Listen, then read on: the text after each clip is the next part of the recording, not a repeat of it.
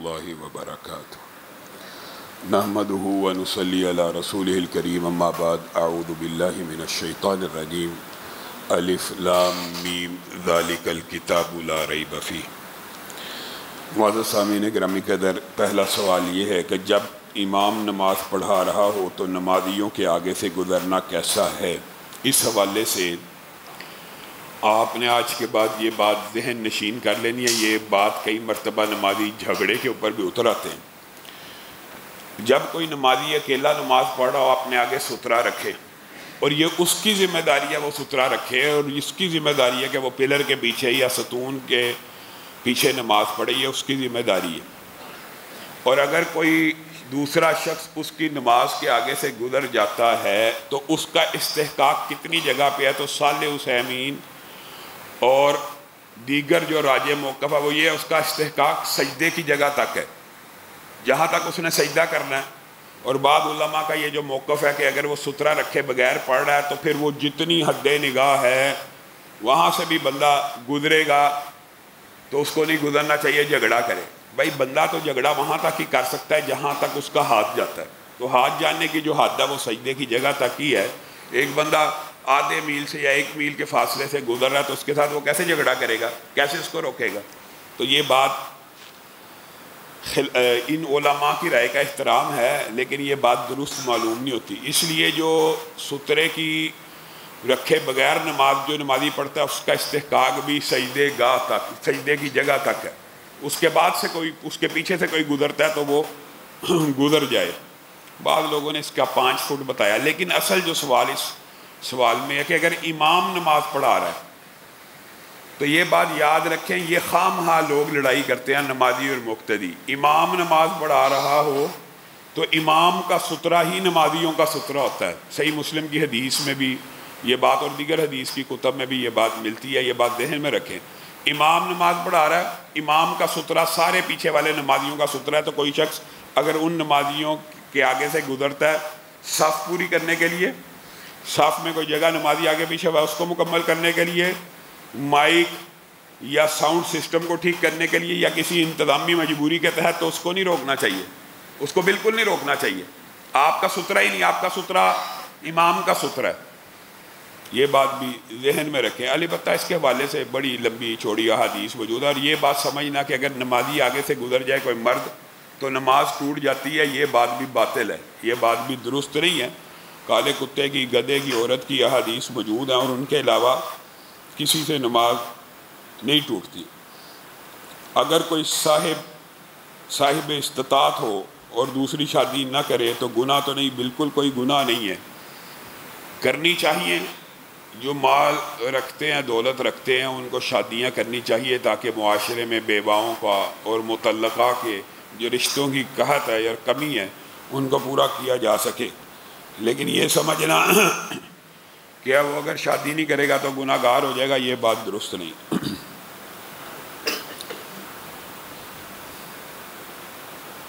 بیمہ policy, state life insurance اور دیگر پالیسیز کی شرعی حیثیت کیا ہے؟ ان کی کوئی شرعی حیثیت نہیں ہے۔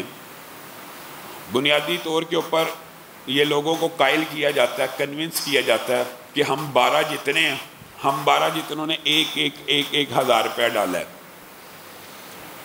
اگر تو یہ طریقہ کار یہ ہو تو یہ جائز اور درست ہے، 12 لوگ کٹھے ہوں اور انسانی ہمدردی کے تحت 1,000 روپیہ جمع کریں، 12,000، اور اس 12,000 کا انہوں نے یہ نتیجہ نکالا ہو کہ یہ ہم میں سے 12 جو اشخاص کو ضرورت پڑے گی وہ اس کو دے دیں گے، تو جائز ہے۔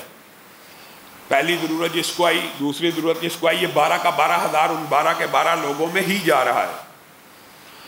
بیمہ انشورنس اس نقطہ نظر کو سامنے رکھ کے کیا جاتا ہے، اور آپ کو یہ مغالطہ ڈالا جاتا ہے کہ ہم 100 افراد سے 1,000 روپیہ لے رہے ہیں اور پھر ان 100 میں سے جس کو ضرورت پڑتی ہے وہ اٹھا لیتا ہے۔ یہ ایسا نہیں ہے، وہ 100 کے 100 افراد کو ضرورت نہیں پڑتی، ان 100 میں سے 5 کو پڑے، 2 کو پڑے، 3 کو پڑے، صرف ان 3 کو مل جاتا ہے، اور باقی سارے کا سارا پیسہ کون کھا جاتا ہے؟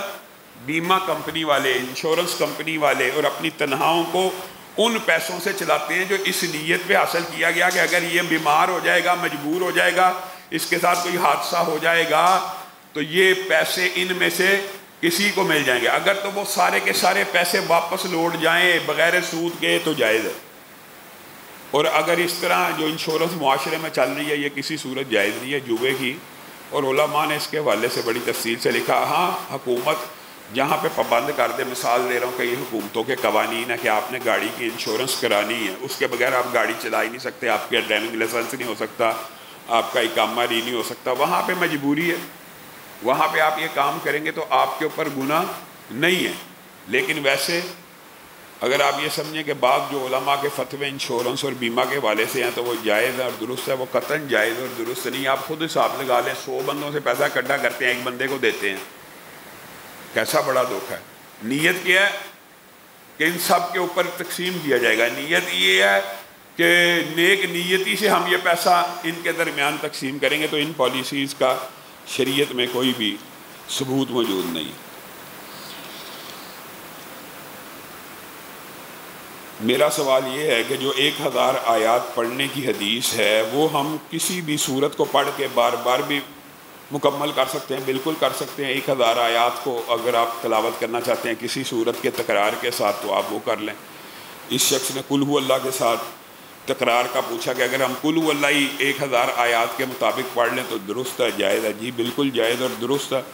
ویسے عام آسانی ہے, میں نے آپ کو پہلے بتا دیا کہ 29واں اور 30واں پارہ 1000 آیات بن جاتی ہیں. اگر آپ وہ پڑھ لیں گے تو آپ کو آسانی ہوگی, ورنہ اگر آپ قل ہو اللہ یا کوئی صورت تکرار سے پڑھنا چاہیں گے تو آپ کی توجہ اس کی کاؤنٹنگ کی طرف لگی رہے گی.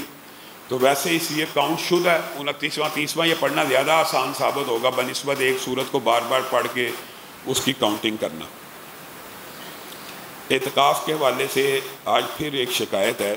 تو جو معتکف حضرات ہیں آپ کو چاہیے کہ اپنے اعتکاف کا حق ادا کریں, اور جو آپ کے ہمسائے اعتکاف میں بیٹھے ہیں ان کو قطعاً تنگ نہ کریں. اگر آپ نے کوئی بات کرنی ہے, بات چیت کرنی ہے, آپ نیچے آ جائیں. اوپر اعتکاف کے خیموں میں جب کوئی شخص بیٹھا اللہ کی عبادت کر رہا ہے, اور اعتکاف کا جو مقصد ہے کہ تنہائی میں غور و فکر کر کے اللہ کی عبادت کرنا اور اللہ کو یاد کرنا, اس کے اگر آپ عبادت میں مخل ہوں گے یا رکھنا ڈالیں گے تو یہ بات جائز اور درست نہیں ہے.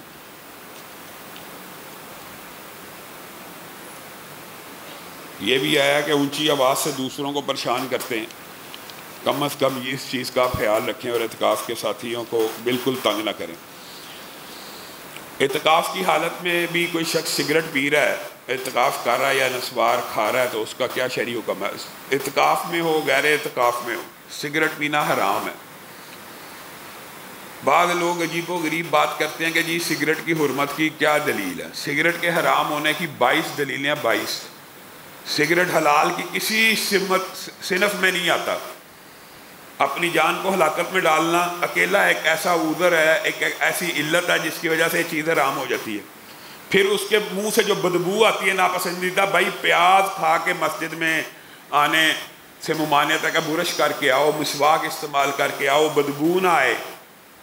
تو آپ سمجھتے ہیں کہ سگریٹ کے بعد جو بدبو آتی ہے اس سے فرشتے الرجی یا اس سے فرشتوں کو اریٹیشن نہیں ہوتی.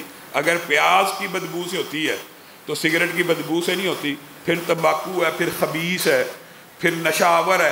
جس چیز کی کثیر مقدار نشہ کرے اس کی قلیل مقدار بھی حرام ہوتی ہے. اسی طرح نسوار اور اس طرح کے دیگر نشہ آور چیزوں کا حکم ہے. یہ اعتکاف اور غیر اعتکاف میں حرام ہے. لیکن اگر ایک بندہ مسجد میں, ایک بات یاد رکھیے, ایک گناہ ہوتا ہے انسان سڑک پہ کر رہا ہے, بازار پہ کر رہا ہے, ایک گناہ وہی انسان مسجد میں کرے گا تو اس کی سنگینی میں اضافہ ہوگا. گناہ تو گناہ ہی ہے, لیکن ظاہر ہے ایک بندہ ممبر رسول پہ بیٹھ کے جھوٹ بول رہا اور ایک بندہ عام جھوٹ بول رہا, آپ کو دونوں کی کفیات کا فرق ہے. ایک بندہ مسجد میں گناہ کرے, ایک بندہ روڈ کے اوپر گناہ کرے, دونوں کی کفیات کا آپ کو فرق خود محسوس ہونا چاہیے. ایک شخص نے رات کو وتر نہیں پڑھا, وہ اب صبح اٹھتا ہے تو وتر کیسے پڑھے گا؟ صحیح مسلم میں امی عائشہ کی حدیث موجود ہے کہ رسول اللہ صلی اللہ علیہ وسلم جب کبھی رات کو بیماری, مرض یا کسی وجہ سے 11 رکعات کو ادا نہ کرتے تو وہ اگلے دن صبح کتنی رکعت پڑھتے تھے؟ اٹھ کے 12 رکعت پڑھا کرتے تھے. تو یہاں سے محدثین نے استدلال کیا ہے اور راجح موقف یہی معلوم ہوتا ہے بعض لوگوں نے کہا جو وطر نہیں پڑھتا تو نفل ہے، نفل کی قضا نفل ہے، بعض نے کہا جی یہ فرض ہے، فرض کی قضا بھی فرض ہے۔ تو حقیقت بات یہی ہے کہ جن علماء کا یہ موقف ہے کہ جو بندہ 1 وطر پڑھتا ہے یا 3 پڑھتا ہے، جو اس کی عادت ہے 5 وطر پڑھتا ہے، وہ صبح اٹھ کے اتنے پڑھ لے تو یہ بات راجے محسوس نہیں ہوتی۔ امی عائشہ کی اس حدیث سے یہ بات سمجھ آتی ہے کہ جو بندہ 3 پڑھتا تھا اب اس کو صبح اٹھ کے 2 کر کے 4 پڑھ لینے چاہیے، جو 5 پڑھتا تھا 2 کر کے 6 پڑھ لینے چاہیے، 1 رکعت کا اضافہ کر لینا چاہیے، جو صحیح مسلم کی حدیث ہے، اور یہی بات راجے محسوس ہوتی ہے۔ 2 مکان بن چکے ہیں لیکن سیل نہیں ہو رہے، جو مکان برائے فروخت ہے اس کے اوپر زکوٰۃ ہے۔ یہ بات یاد رکھیں کہ زکوٰۃ ادا کرنے کے لیے کسی چیز کو فروخت کرنا اپنے اثاثے میں سے یہ بہت اچھا عمل ہے، مستحب عمل ہے، لیکن کیا زکوٰۃ کا اللہ کے ساتھ ادھار ہو سکتا ہے؟ بالکل ہو سکتا ہے۔ مثلا اس سال میں نے زکوٰۃ کو ادا کرنا تھا، میں پوری نہ کر سکا، 50,000 رہ گیا، تو میں اللہ کو یہ کہتا ہوں کہ یہ 50,000 میں نے کھاتے میں تو لکھ لیا، لیکن جب ہوں گے ادا کر دوں گا۔ یہ بات جائز اور درست ہے، لیکن اس کی وصیت بھی کرنی ہے، اپنے بچوں کو بتانا کہ یہ میرے ذمہ واجب الادا ہے۔ ایک بندے کی کوئی چیز فروخت ہی نہیں ہو رہی اور اس کے اوپر لاکھوں روپیہ زکوٰۃ ہے، تو وہ ادھار اللہ رب العزت کے ساتھ اس کا ہو سکتا ہے، لیکن بہترین اور مستحب اور طریقہ یہی ہے کہ زکوٰۃ کو اگر وہ ادا کرنا چاہتا ہے رمضان میں، جو بالعموم مسلمانوں کا شعار ہے کہ اس میں ظاہر ہے نفلی عبادات کا ثواب زیادہ ہے، تو فردی عبادات کا ثواب تو بہت بڑھ جاتا ہے، تو زکوٰۃ ادا کرنی رمضان میں بھی چاہیے۔ جو پورا سال ادا کرتے ہیں وہ بھی جائز اور درست ہے، لیکن اگر رمضان میں ادا کرنی ہے کوئی چیز بیچ کے ادا کرے، اور اگر کوئی چیز نہیں بھی بک رہی تو دوسری طرف سے کوئی چیز بیچ کے آزاد کریں، ہر صورت ادا کریں زکوٰۃ کو۔ بیٹھ جاؤ بیٹھ جاؤ۔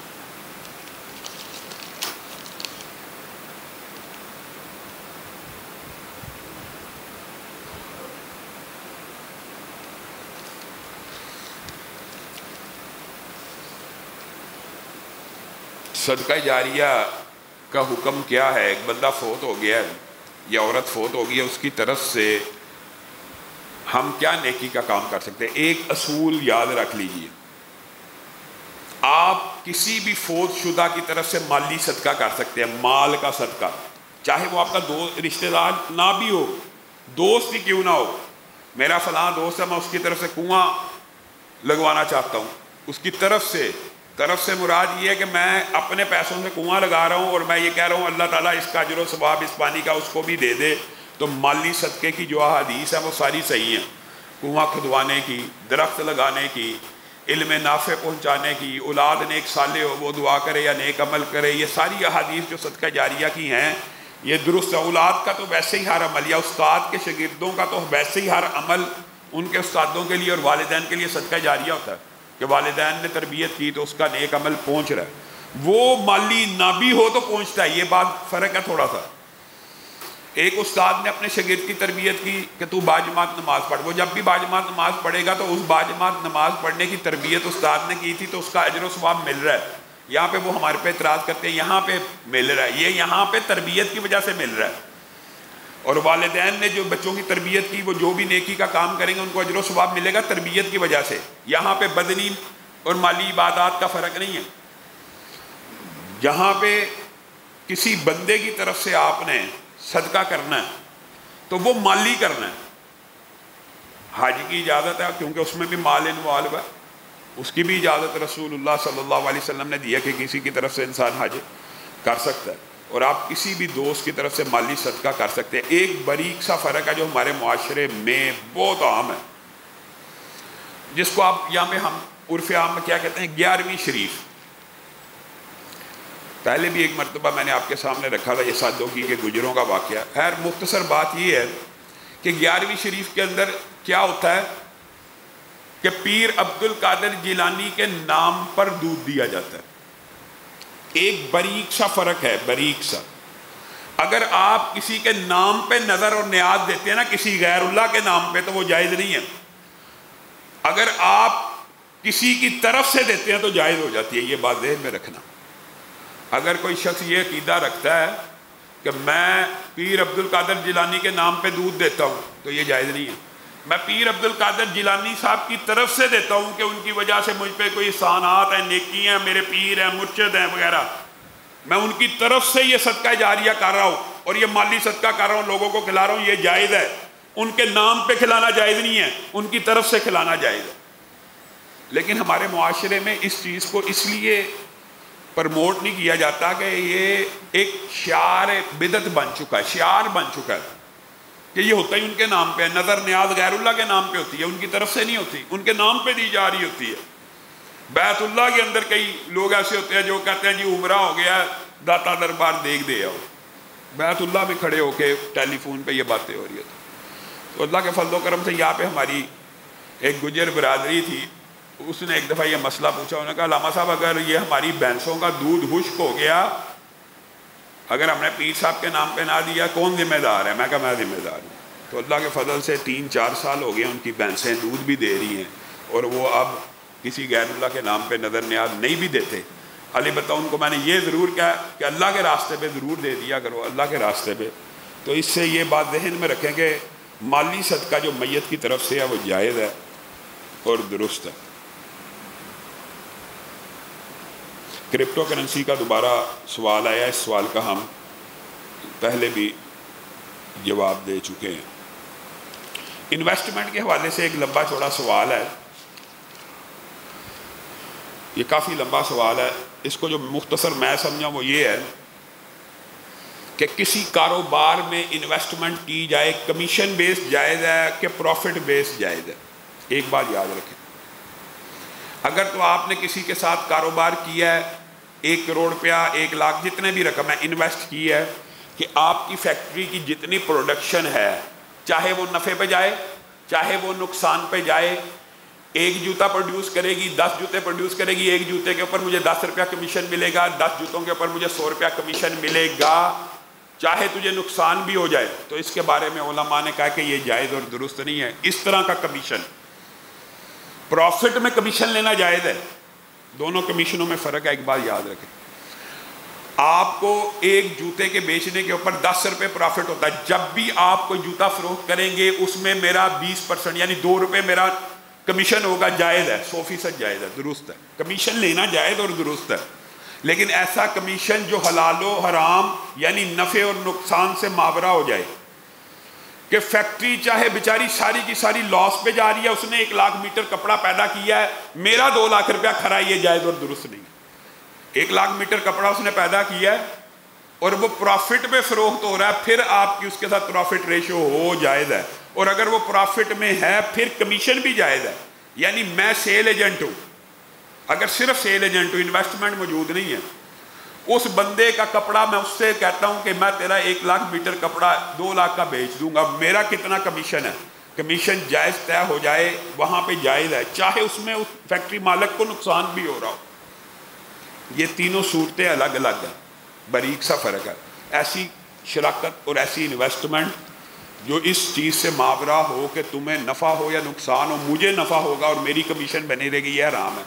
لیکن ایسا ٹریڈنگ کا معاہدہ جس میں سیل کے اوپر کمیشن مقرر کر دی جائے، اس میں مالک کو چاہے نقصان ہو رہا ہو، وہ ایک الگ بے اس نے کی ہے، وہ جائز اور درست ہوتی ہے. اسی طرح پروفٹ کے اندر جو شیئر ہوتا ہے وہ جائز اور درست ہوتا ہے. آخری ایک سوال کا جواب دے کے باقی سوالوں کا انشاءاللہ کل جواب دیں گے.